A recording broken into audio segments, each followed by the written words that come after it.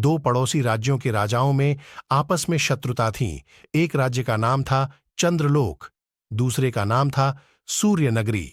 चंद्रलोक के राजा का नाम था चंद्रसेन और सूर्यनगरी के राजा का नाम था सूर्यकुमार। एक बार चंद्रलोक के राजा को सूर्यनगरी के राजा ने बंदी बना लिया। राजा को छोड़ने के बदले में बहुत सारे धन की मांग की गई। चंद्रसेन ने अपनी रानी को संदेश भेजा कि राज्यकोष से धन निकालकर भेज दिया जाए, लेकिन उसकी पत्नी की ओर से कोई उत्तर नहीं आया। कुछ दिनों के बाद राजा सूर्यकुमार के दरबार में एक बांसुरी वादक आया। उसने इतनी मधुर बांसुरी बजाई कि राजा मुग्ध हो गए। उन्होंने बांसुरी वादक से आग्रह किया कि वह कुछ दिन अतिथि बनकर महल में रुके। बांसुरी वादक ने राजा की इच्छा को पूरा किया और महल में रुक गया।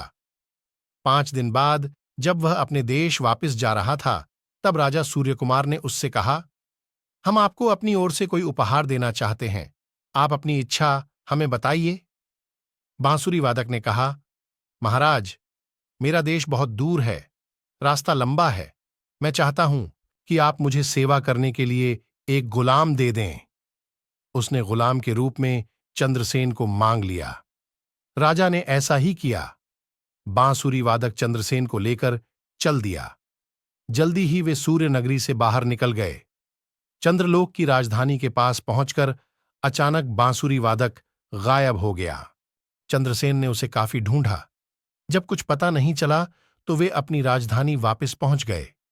महाराज को यूं अचानक वापस पाकर सारे दरबारी अत्यधिक प्रसन्न हो गए। चंद्रसेन भी खुश थे, लेकिन वे अपनी रानी से बहुत नाराज थे। घातक कि वे रानी से नहीं मिलना चाहते। हमारा संदेश मिलने पर भी उन्होंने हमें छुड़ाने के लिए कुछ नहीं किया, यहां तक कि हमारे संदेश का कोई भी उत्तर नहीं दिया। जे जौले वे दरबार में यह घोषणा करने ही वाले थे कि वे अपनी रानी से हमेशा के लिए अलग हो रहे हैं, तभी बांसुरी की मधुर आवाज सुनाई दी। अचानक वही बांसुरी वादक वहां आ पहुंचा। अब राजा चंद्रसेन ने बांसुरी वादक को ध्यान से देखा।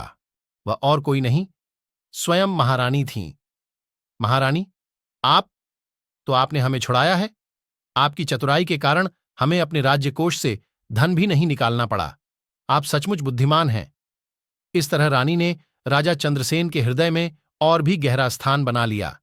कहानी कैसा लगा कमेंट में अपनी राय जरूर दें। धन्यवाद। अगला कहानी सुनने के लिए चैनल को सब्सक्राइब करें एंड लाइक, शेयर, कमेंट करें।